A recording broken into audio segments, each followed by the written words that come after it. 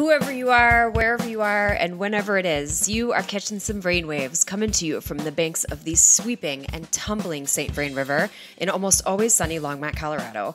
I'm Becky Peters, and across the table is the co-host who makes Don Draper seem like a used car salesman. He's Ben Cobb. Ben, what's good?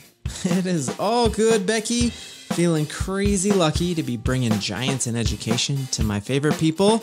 That's you listeners, you busy teachers, all to help us be more informed, inspired, and connected educators. And we have a true giant on the show today. Becky, just how tall is our giant today? Well, metaphorically, she is a towering colossus. She's an educator, an author, a cognitive scientist, and a former advertiser. Her name is Dr. Lindsay Portnoy, and she had a super interesting path to education. She was a marketer and advertiser, and she shares with us some lessons from the advertising world that can apply to education. So before we dive into our interview with her, we reached out to some of our friends who are in communications, marketing, advertising, and asked them what are some of the biggest lessons that we can apply to our work as teachers and school leaders. Yeah, radical candor confession time here. I'm going to treat this like my therapist's couch. Do it. I think deep down, I've always wanted to be Don Draper, just like a super suave salesman who could sell ice to an Eskimo. So I loved this opportunity just to learn from a profession that I've admired so much. And sometimes we try to compare teaching to other professions, and it's kind of a stretch. Like, I probably shouldn't say this, but it's a safe place on this couch. We interviewed Pirate Dave back in episode 5. And honestly, I don't think a pirate would be the best teacher, but teaching and advertising go really, really closely together. And if there was a book called Teach Like an Advertiser, I'd say we all should buy it because at its core, advertisers and teachers have the exact same goal, and that is to alter human behavior and beliefs. There are so many amazing parallels between our work and marketing work. I think back to being a U.S. history teacher. There are dozens of historical examples of how marketing campaigns changed behaviors of entire countries. Thinking of like Rosie the Riveter or Uncle Sam. One of the marketing campaigns that I've really been hooked into reading about and listening to podcasts about come to us from across the pond in Great Britain, and an advertising campaign called This Girl Can. Had you heard of it before, Becky? No, I hadn't heard of it until you put it in my face, and I watched it this morning, and I am ready to go. Tell us about it. You're ready to rock. Absolutely. Yeah. So jumping back just a couple years to 2014, and there was a survey of Brits, and they found that 2 million less women in Great Britain were active and participated in sports and working out than men. And that's a pretty giant number when you consider the total size of Great Britain. And on top of that, they found that women had the desire to work out and be active, and that 75% of women ages 14 to 44 said they wanted to be more active, but they weren't. So they had this desire, but they weren't doing it. So a company called Sport England sought to change that behavior. So how could they get 2 million women who wanted to be active to be active? And so they did root cause analysis and found that the biggest hurdle for this women as they wanted to be more active was a deep fear of being judged. So they created this crazy powerful 90-second video. We'll let the music breathe in the background as we're talking about it here. And it showed everyday women from different age groups, different body types, different ability levels, running, sweating, playing basketball, doing a row machine, listening to music, dancing, boxing. It showed the sweat, the struggle, the not looking perfect. And at one point, over top of one of the clips, the title appears, "I jiggle, therefore I am." And this advertisement, after 90 seconds, ends with the tagline, "This girl can." We're going to link that video in show notes. But this advertisement wasn't just like a one-time motivation thing that got you hyped and you forgot about it. This campaign actually changed human behavior. Over 1.6 million women who were not active began working out because of it, and 2.8 million women nationwide reported that they increased their activity level because of the campaign. Like, how cool is that? It's amazing. Advertisements motivated women to literally run until they would be out of breath. So can't we be changing behavior in easier ways as teachers? I love that video so much. I mean, Missy Elliott can always get you going, but We've linked the video in show notes, and I just want to tell listeners to be careful where they watch it because it will just make you want to start sprinting. And even if we just dissected that one commercial, there are tons of valuable insights into current research. And I think that one of the big ones, like you talked about, Ben, is like that authenticity is way more important than perfection in getting people to change their beliefs and behaviors. So like the old school belief in advertising was that like your product had to be perfect or the perfect solution. And I even think sometimes we do that to ourselves in classrooms by like, whatever we put up in the hallway has to be the perfect product. But on the surface, that makes sense. Like, who wants to buy something that's broken, or who's going to be inspired by something that looks less than perfect? But what researchers have found is that authenticity is way more compelling than Photoshop.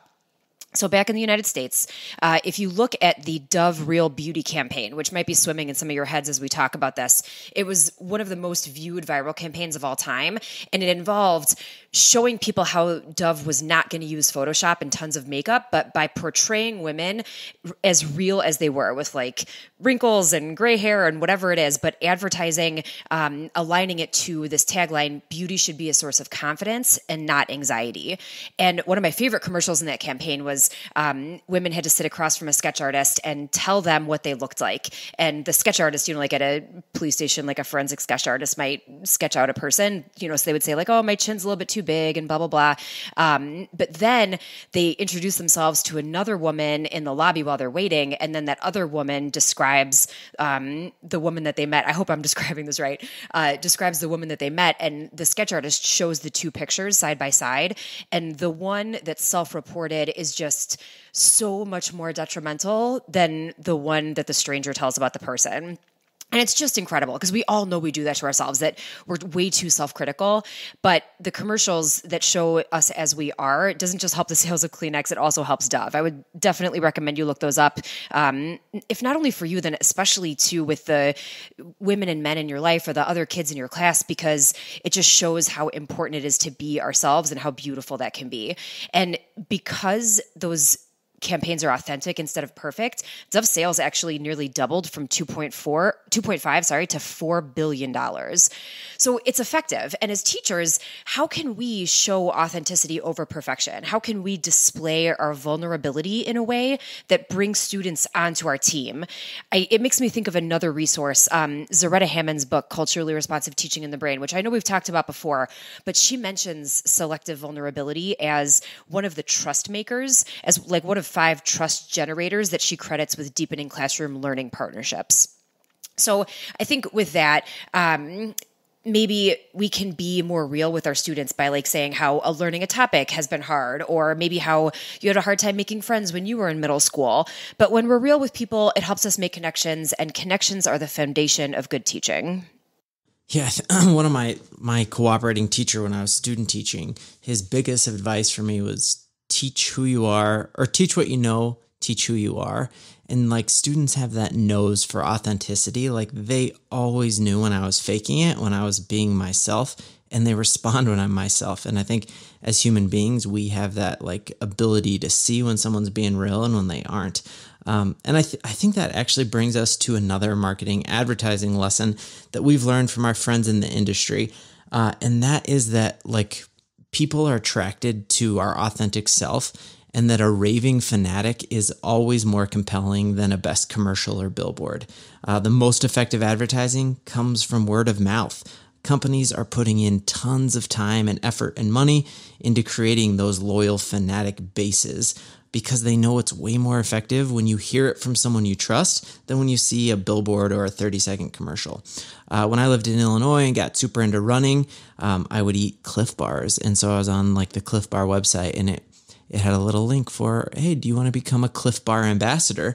And they just sent me tons of free stuff, not because I was super fast or super good looking, but they knew when they would send me free stuff that I would give it to my family and friends, and that I would become one of their biggest spokespersons. And so I did that. And despite huge amount of money going towards podcast advertisements, most folks discover new podcasts by word of mouth. When you hear from a family or friend that they like a show, you'll check it out too. And that's why we end every episode just begging you to share our episodes with other people, because when you tell someone that you like it, they'll tune in too. Apple, Google, Microsoft, all have created these groups of fanatics like Google Certified Innovators, Apple Distinguished Educators. And let's think as teachers, how can we develop those like loyal, fanatical fan bases in our classroom? Dr. Chris Emden has written a couple books and he has an awesome TED Talk that we can link. But one of the things he talks about is creating those little communities of fanatics in your classes. And he calls them cogens, like co-generated. And though they're just little groups of students of maybe 4 or 5 kids that you have over 6-week periods, and you have them in your room to eat lunch with you, or you go out and shoot hoops with them, or you watch YouTube videos on your prep period with them. And the goal there is that you develop those super solid relationships with 4 or 5 kids, and that is going to increase your credibility in that class, because then they're like, oh, Miss Peters is actually a pretty cool person and I'm going to behave in her class. I can't tell you the number of times that I've been in conversations with teachers and they're talking about a tough student and saying, hey, so-and-so really acts up in my class. And someone always responds, well, hey, you should talk to Mr. Steele because he's in wrestling and he'll get through to him. And it's not like it's wrestling that's helped Mr. Steele get through to kids. It's the relationship that he has with that kid outside of class. And so think of your toughest kid. Get them on your team. Do like a cogen thing where you have them in your classroom to develop like raving fan bases. That's an awesome connection, man. I forgot about that example, but after I read that book, for white folks to teach in the hood and for the rest of y'all too, when he talks about cogens in there, it seems like such a powerful practice. Like I'm going to see if I can find an article to tack in show notes here too, but you bring students into it and then they invite other students into it and you keep it small. But then they can give you like real-time feedback in your class. Like, oh, this isn't really hitting, Mr. Cobb, like let's think of a different way to approach this. So you can really use them as sort of like little focus groups in your class too. Such a cool idea. So I think those cogens or those ambassador programs tie into the foundational element of great advertising, which is know your audience. It seems like the, location of real estate, know your audience. So empathy is king. And I know we've may seem like beating a dead horse because we talk about empathy a lot, but when you know your audience, you can identify the root cause of behavior and then solve for that. So like think back to the This Girl Can campaign that Ben brought up earlier. If the advertiser thought, hey, we want to get women to work out more, let's show a bunch of models working out in their underwear. We all know how well that works. You start to feel judged immediately, and that would probably have had the opposite effect. So we know that when you work out, you look better, but that kind of advertisement wouldn't have hit at the root cause, which is that we don't like to feel judged. So when you know your audience, when you take the time to observe and really have patience with it and figure out what the root cause is, you start to see the why behind the why, and then you can address that. And that's what's so great about design thinking, which we'll talk all about with Dr. Portnoy, but it all starts with empathy. Yeah, I had a really cool opportunity to work with one of my favorite teachers, and she was like, she kind of had identified the problem in her classroom of student apathy, and I tried to like Don Draper it, and I came in with all of these awesome ideas, and I couldn't wait. I'm like, let's have a motivational speaker, let's have an assembly, let's do all this rah-rah to get them pumped up and excited about learning. And luckily, she knows her kids. She's done that deep empathy to figure out the why behind the why. And I totally misidentified the root cause of their apathy because I didn't know her kids like she did. Their apathy wasn't because they didn't have engaging lessons or that they were bored in school. Their apathy came because they lacked confidence. They were apathetic because they didn't believe in their own potential. So when we don't know our audience, we create solutions that don't really solve the right problem. Rah-rahing apathetic students doesn't work if their apathy comes because they're not confident. Instead, we need to design a system that gives them wins because success precedes confidence. And that's exactly what this teacher and her team are working on. They're doing badges and systems to give kids easy wins so that they'll reinvest in the learning. So that's why starting with apathy is so important. That's awesome, man. So I think kind of the takeaway from this is let's try to teach like advertisers. And if you guys have tips for that, we would love to hear them. But to help us think through these lessons even more for how we can all teach more like advertisers and how design can help us solve our toughest problems, we have Dr. Lindsay Portnoy. And without further ado, here she is. Could you tell us how an advertisement on a subway changed your life's trajectory? Oh, wow. You're going to make me cry. My undergraduate education is in communications and business, which is sort of funny if you think about it, because I started working in advertising and I worked in media. And I was super interested when we were doing campaigns and trying to figure out where messages should or should not go, understanding what they call the psychographics of our user. And what's interesting is that I, was always very curious about how people think and why they behave in the way that they do. And I didn't realize that there was actually a degree in that, which is ultimately cognitive science. I'm sure there are other degrees. But anyway, through a roundabout way, I lived in New York City during September 11th. But after September 11th and just life was just different. And there was an ad and it said, well, I guess to back up, in media, when you're in media and an advertising agency, you use a lot of spreadsheets to sort of figure out where the budgets are and, what websites you're going to advertise on or what print media you're going to advertise in. Anyhow, so there was an ad that says, will your spreadsheets remember you in 10 years or 20 years or something? And I lost it. And I was like, no, they absolutely will not. And it was an advertisement for the New York City Teaching Fellows. And so the minute I got back to a computer, I applied. I didn't even think about it. I just was like, this is a sign. This is what I'm doing. And I did. And I'm so grateful that they interviewed me. And I'm even more grateful that they invited me to join them. And in fact, it was my relationship with the folks in that master's program through the Teaching Fellows that encouraged me and supported me and helped even push me forward in this journey. So there you go. Power of a message.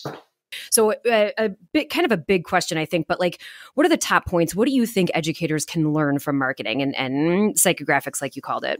Business and advertising and marketing and PR, it's all about understanding your audience or your consumer. And as teachers, we're the ultimate design thinkers, right? We're designing experiences for our consumers, who are our kids. And hopefully, if we're really good at what we do, we're empowering our kids to help design their futures, right? By giving them the tools and scaffolding the questions and supporting them through the iterative process. So I think so much of what we do or did, I guess, in PR or advertising or marketing or business really builds onto what we do in a classroom, which is, whose needs are we meeting? How are we meeting them? And how can we improve the way that we meet the needs of our kids? So you got off the subway, you're like, I'm going to become a teacher. And then you got your doctorate, and your thesis or dissertation question was, what are the different types of questions people ask depending on what they're learning? Can you tell us what did you find as an answer to that question? I thought that was a super amazing question. You are such a good researcher. He's really good. I did a whole background check on you. We need to talk about that off air. Oh, no. Oh, let me know what you found. I don't think I'm that interesting. But maybe. So the question was really built out of the history of how people learn. And, you're a teacher, so I'm sure you've heard of Piaget and the whole ages and stages idea. And so the question was, do people ask different types of questions based on how old they are? And so I worked with kids in elementary, middle, and high school. Or does it change based on the topic that's presented to them? So I had a couple different content areas. And ultimately, what we found is that the types of questions that kids were asking were largely dependent on the content itself.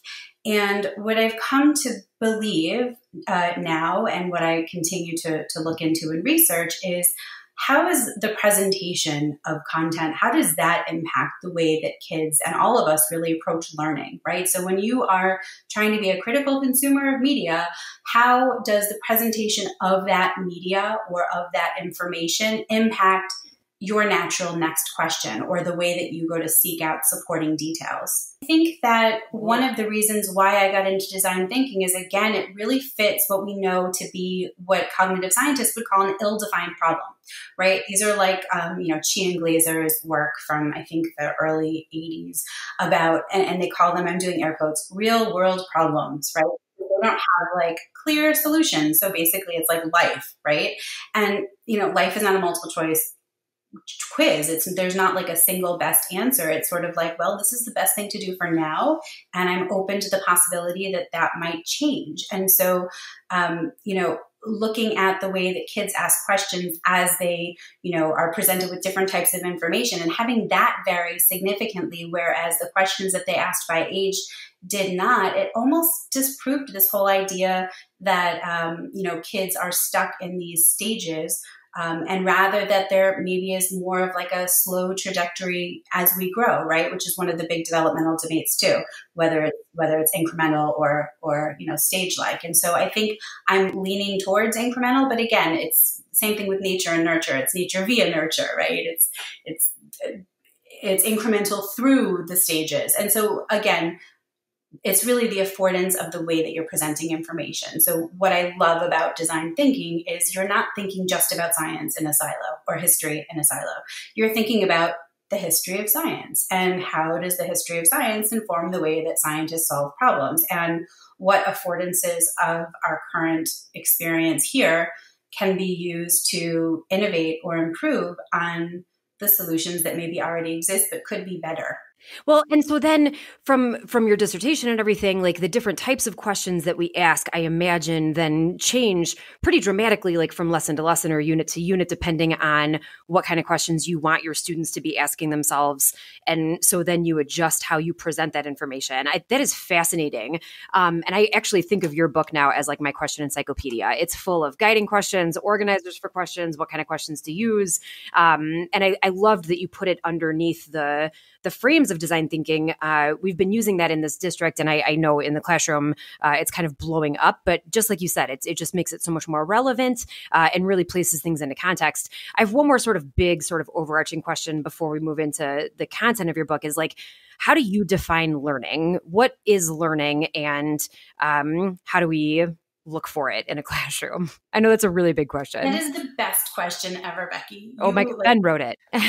I stole it from him. Learning is just living, right? Like you're learning right now. Like every moment you are awake and perceiving the world around you through any of your senses, you're learning. I mean, what you choose to do with that information, some folks would say learning is a change in behavior, right? Those would be like sort of the behaviorists or a change in the way you think. So that's maybe cognitive, but really and truly, you're always learning. And so I think a question is not just what is learning, but what is the learning that you need to be doing to support the work that you need to be doing, which is why I got so interested in design thinking in the first place, right? So like, what are the problems that you see in the world around you that you want to learn the answers to, and that you're going to take the content that you're currently working on or learning with your students to solve? And so that's sort of why I came at, and when I do, when I work with teachers, it's usually from two perspectives, right? So I say, what are your kids learning, or maybe what is mandated by the curriculum to be taught in this particular situation? And where is a place where your kids are just naturally confused or curious or just always engaged? Or on the flip side, what is something that's happening in their life that is profound and impactful? Like pulling from what you care about and using that to sort of answer the content or the standards that you already are teaching. So how do we measure learning effectively? Well, spoiler alert, it's not the way we're doing it currently. I sort of feel like we are solving the wrong problems and asking the wrong questions. One of the things, again, I keep coming back to design thinking because it's such a compelling framework. The idea of sussing out a symptom from a root cause. I was just talking to someone this morning. An example I always give is when you are sick. My kids have colds right now, right? And so a symptom is that they're blowing their nose. But, you can't solve for the blowing of the nose. You have to solve for sort of the actual root cause of that sickness, right? And so I think we need to ask better questions. What do we care about? And what is important for our kids to know so that they can be and feel successful in the future? And so the thing that I like about formative assessment and design thinking is that it's iterative. We talk a lot about growth mindset, but we don't model it in the way that we're assessing kids, right? You have like the single summative test and it determines what college you get into. That to me doesn't measure learning. That measures where you are on this one single day, which is great for that one day. But it doesn't take into account the fact that people change over time, or the fact that, hey, in undergrad, I studied business communications advertising, and then I ultimately ended up at a graduate program for cognitive science, but a single test wouldn't tell you that. And so I think if we really want to measure learning, we have to do it formatively. It has to be iterative. I think portfolios are wonderful things. Not that I think we should have some sort of, mandated portfolio. Can we tie that back then to how formative assessment is fundamental to design-based classrooms? Because like I said, we've been using design for a long time, and I think there are ways to it's a tool, just like tests are, just like assessments are. I think there are ways to implement it poorly and ways to implement it amazingly well. And again, your book is such a testament to how well you can pull in formative assessment and feedback of all kinds for students to enhance their learning. So how do you encourage educators to assess the messiness of creativity and standards, both through design-based explorations? So in the book, I have formative check-ins at every sort of element of where you might be in a design thinking type of experience, right? So there are formative check-ins to assess, how well the kids are acquiring the fundamental content that you're asking them to acquire, but also how they feel about how they're applying that content, right? So one of the steps in design thinking, one of the elements is empathy, and which I really take to mean taking perspective, right? So are you able to take perspective? And in that space, the formative assessments that you use can tell you how a student understands multiple perspectives, whether it's from, multiple characters in a text, right? I used to read, when I taught second grade, we would do the Stinky Cheese Man, right? Which was the gingerbread man, this sort of spin-off of that. And so we would read two different versions of the same essential story, and we'd talk about the perspective of the characters in the book. And that's a formative assessment. Can you take different perspectives? Can you demonstrate that you understood what was compelling different characters to behave in certain ways?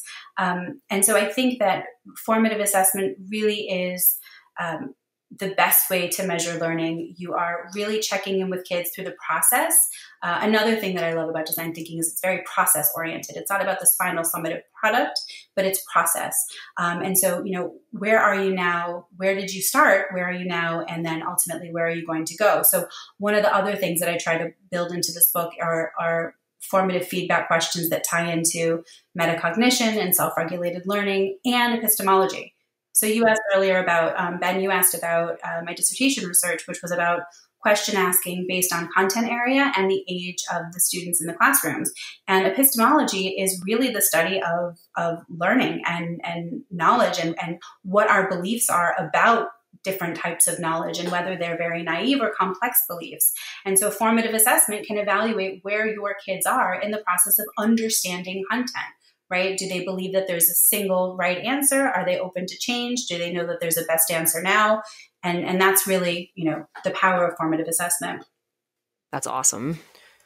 Totally. So yeah, let's dive into your book. And it starts with empathy. And I love in your book how you say your description of empathy is stepping back before you step in. How is empathy different from just understanding? And what are some tangible ways we can have teachers help students learn that skill of empathy? So understanding, from my perspective, is just simple content knowledge, right? Like understanding genre or a theme, that's understanding. But empathy is really tough, and it's a really sort of soft thing. And I hesitate to point to oh, this is what empathy is, and here's how you teach it. What I like to say more is perspective taking. So can you learn about something or understand something in a way that now suddenly you can maybe take the perspective of somebody that you otherwise wouldn't have understood or been able to take the perspective of?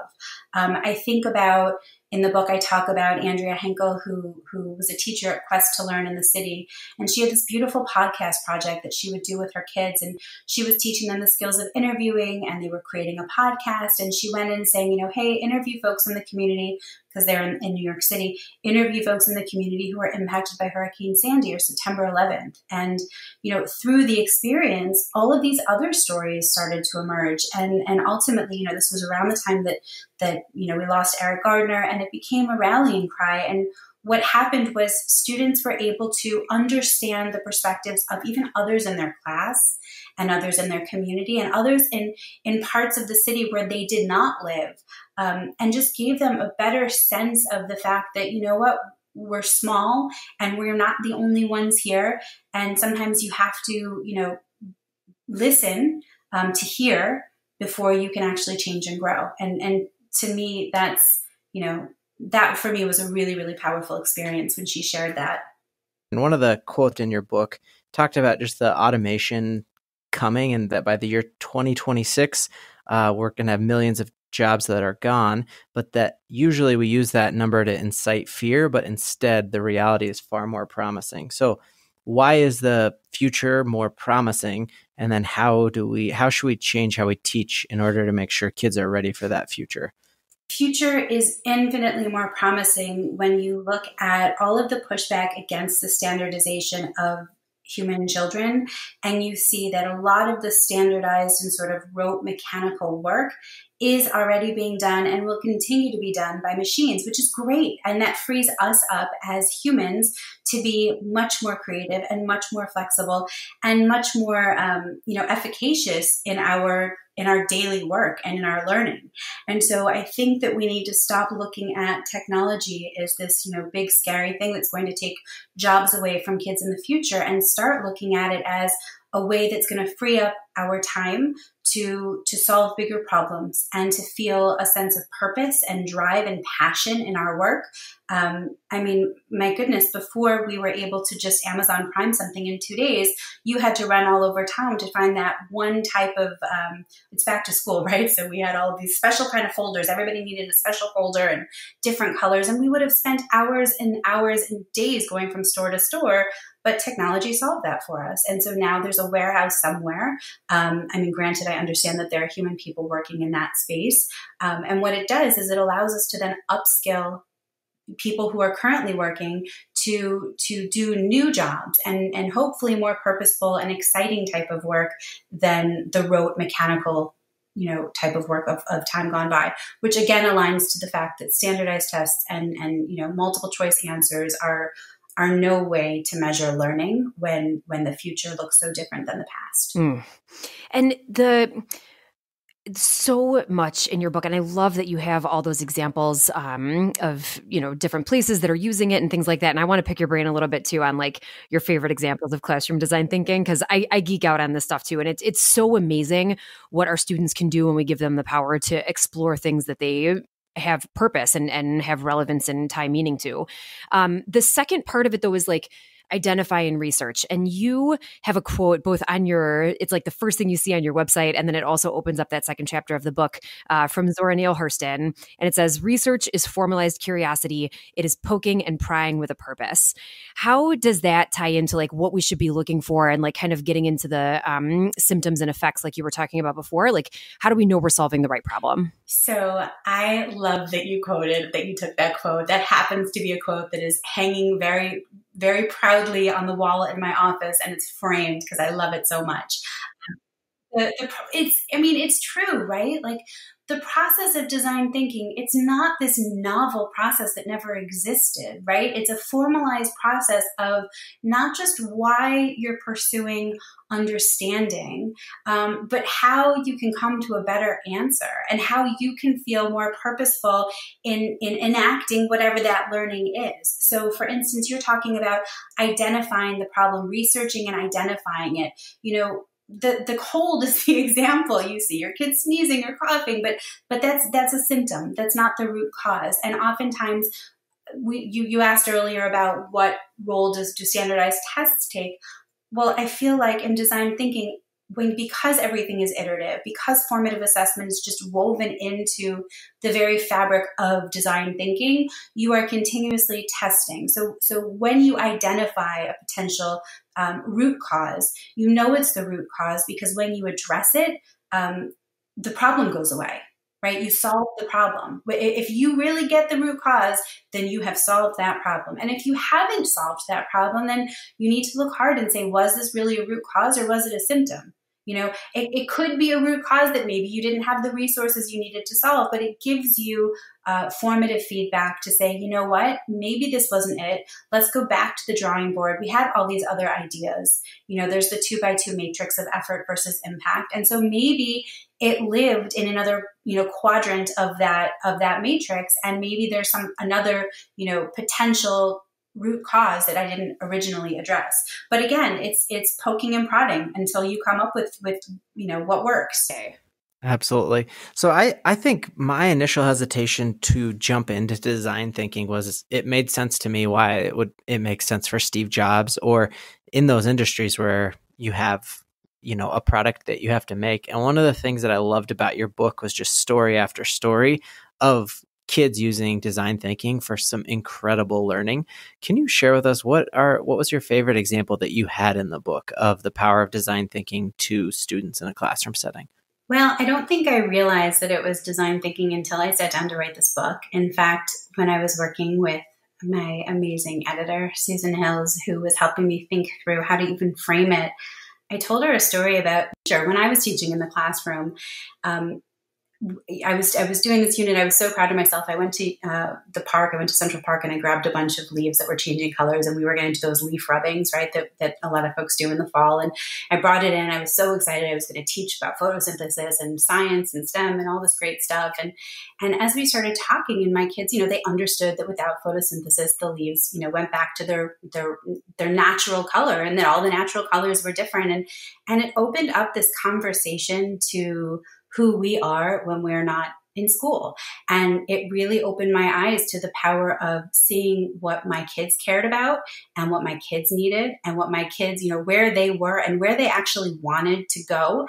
And it was a big aha moment for me. And I think it changed the way that I taught in that moment, because I really looked at my kids. We all do those beautiful inventories at the beginning of the year. Who is your learner? Or for the parents or for the kids, asking them to share what they love or bringing in their things that represent them.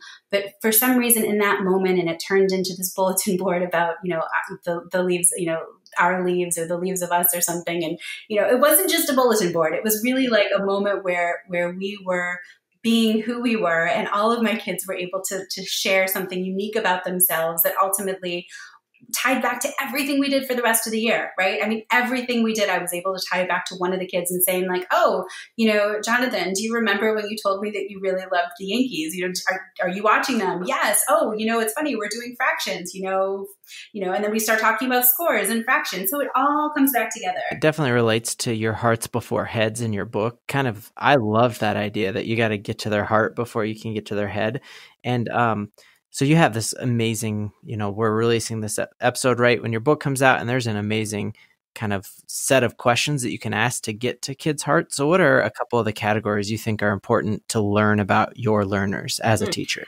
I mean, I think they're all really important to learn about. And the reason, I don't know, I even set it up in a way that I think that as a teacher, we need to know all of them, but from our learners, I love when we give our kids the opportunity to share about their hearts with others in the class, but not forcing them to do so. So for instance, the H is their home and their home life, right? And who do they live with and who are your caregivers? And, I need to know that so that I can best meet you where you are.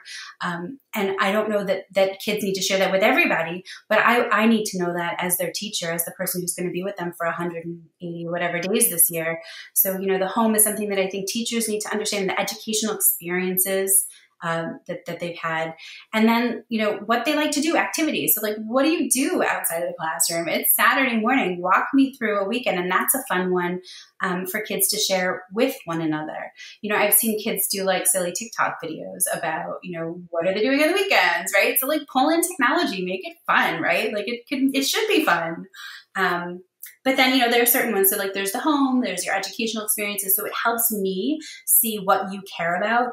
And one of the things I talk about in the book is, kids have said to me, oh, I really love history. And, you ask them why, and it always comes down to the teacher and the experience that they've had. It's not necessarily about the content as much as their experience with the content.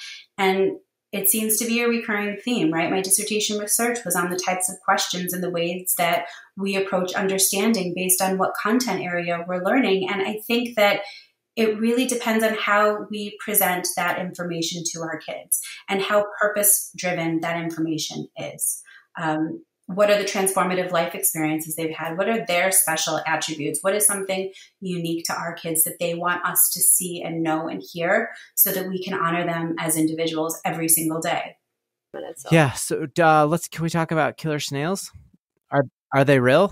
Tell us about that and what teachers have to learn from that opportunity. So killer snails are these real venomous marine snails. They live in all warm tropical water. Nuh-uh. For real, for real. I mean, I thought it was just a name for like a cute name for a company. I had no idea. I thought it was fake news. They're totally real. Cone snails, look them up, cone snails. And they are deadly. And in fact, there is one kind, I believe it's the one that lives in Australia, that will, they envenomate you, and you will, it will kill a 200-pound person in under 5 minutes. And in fact, it's really interesting how they discovered them. There was a fishing village in the Philippines, and the fishermen would go out for the day to go fishing, and they would not, some of them would not come back. And researchers and scientists were trying to figure out what was going on, like what was happening to these folks. And what they found is that in the nets of all of these fishermen, they all had these cone snails. And they learned that these snails have these sort of what they call them venom harpoons, and they would envenomate you, and it goes right to your, fight or flight reflex. And so you can't really do anything. And ultimately, it doesn't end well. But oh my God. Wow, like another reason. Yeah, I'm the most anxious person you've ever met. And I will never swim again. It's not all bad. It's not all bad. I didn't get to the good part. So the good part is people like scientists, like my former colleague, she's at Hunter College, an incredible, incredible woman. Dr. Mandy Holford is doing research on these snails. Why, you ask? Because their venom can work just like an opiate in terms of controlling pain, but unlike an opiate, it's not addictive. So they're using it to treat folks. Yeah, for real. So they're using it to treat folks who are undergoing, all sorts of horrible, painful procedures, and in a way where they get the relief from the pain without the fear of the addiction. Wow. So why name a company after that? Well, because one of the three co-founders was Dr. Holford, and her research on the killer snails was so exciting. We were in a workshop for grantees at Hunter College, and I was in the School of Education, and we were talking, and it was like, this is something that would totally fascinate kids. It would get them so excited to learn about science. Like, why don't we pull from this? I mean, science is amazing, right? Same thing with design thinking. Like, you can learn. You have to learn from what you care about, right? Like pull from your passion. And so this is an interesting thing. This really hooks people, right? So let's use it as a way to sort of teach science and the power of science. That's awesome. So then can you tell our listeners a little bit about like what they might find on the Killer Snails website? So Killer Snails, we make educational games for kids that place them in the role of scientists and help them see themselves as a scientist by doing science. And so how we do this is we create these learning experiences that are games where, kids have to solve a problem. BioDive is the one that we have out right now, which is a hybrid virtual reality digital experience where the kids are trying to solve problems of ocean acidification and the rising temperatures in the water. And it really pulls them into, why is it important for us to solve these problems now? But in the process, they're collecting data. They're looking at abiotic and biotic variables. They're comparing their data from the past to the data in the current. They're talking to one another as they, are trying to make sense of how these variables impact the ocean ecosystem. You're awesome. Thank you so much. And we will let you run on this. Where can our listeners go to learn more from and with you? So I have a Twitter handle, which is just @LPortnoy. I do work at Northeastern, and they have an incredible program. The Experiential Learning Network is extraordinary. I'm so thrilled to be partnered with them now and doing more of this sort of experiential learning, design thinking, innovation work. So you can find me there. You can find my website, which is just lindsayportnoy.com. Reach out. l.portnoy@northeastern.edu. Let's close up shop, Ben. What'd you learn? I learned a ton. I just love the story of thinking of being on the subway and remembering that we do so much more than just spreadsheets. We change the entire trajectory of kids' lives. So I was just inspired by that to start off. But I also loved her challenge that came with automation. I think a lot of times we look at the rising AI revolution and we see Amazon opened a grocery store with no cashiers and it can just tell what you put in your cart using AI and you just walk out and it charges you. And we see that we've had driverless trucks drive from Fort Collins all the way to Denver with a load full of Coors. And we get scared like, oh, wow, so our kids can't be cashiers anymore. They can't be truck drivers anymore. And that scares us. And I like the idea that she put forward that this isn't something that we need to be scared of, but it's like really promising because we know that there's going to be 200 million new careers, and that regardless of what career our kid goes into, teaching them to think like a designer is so crucial. And so I was challenged by that. How can I help kids learn to design think? Because that'll prepare them for anything. How about you, Beckles? That's a really good one, man. I kind of want to bring us back. The thing that kept echoing for me while we were talking is that I think sometimes we fall into this binary trap where we feel like design thinking might be contrary to some of the other things that we hold dear in education, like direct instruction, standards-based instruction. And we kind of get this idea in our head that I think because of our binary bias, which we all have as humans, that we consciously or subconsciously divide things into different camps when they don't really need to be. So like standards-based instruction versus design thinking, or personalized learning versus standardization. And one thing I love about this way of thinking is that you need a combination of both. You need the yin and yang of whatever issue it is that you're tackling. John Spencer, another educator, has actually a really beautiful video that I show all the time. Thanks, John Spencer, about the differences between convergent and divergent thinking. And he outlines those differences between them, but then ends the video with how important it is and how crucial it is to have both when you're working through an issue. And design thinking gives us both the permission and a procedure for being able to vacillate between those two seemingly opposite modes of thought to get us closer to ideal solutions. Another example that I've actually been dying to share for a couple weeks, I was listening to a podcast the other day about my favorite band. They're called Fish. Do you know them, Ben? I didn't even know you liked Fish. No, I Stop it. You do too. If you guys don't know them, it's a totally hippie jam band. People love them or don't, but they do an incredible amount of... Do you know how to know if your friend likes Fish? How? You already know. What do you mean? Like, it's kind of like CrossFit or vegan. Like, they just tell you right away. Because they talk about it all the time. Yeah, exactly. So good one. Yeah, thanks. All right.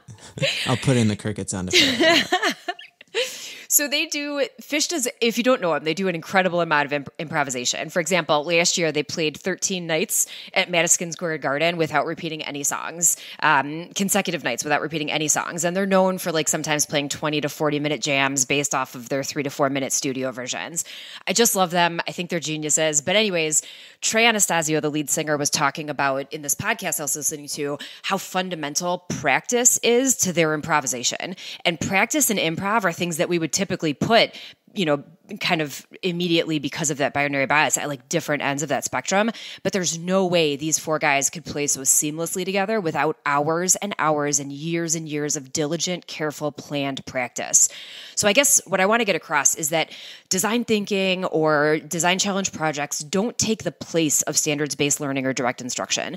They live together, and they have to have the most positive impact for our students. Otherwise, we're doing them a disservice. Totally. Well, we thank you so much for listening. Definitely check out Dr. Portnoy's book, Design to Learn. Amazing book, and we would love to hear from you. How do you teach like an advertiser? How do you use marketing strategies to really change behavior and beliefs in your classroom? And can you share this episode with a friend? That would be fantastic. As always, have a great generic time of day.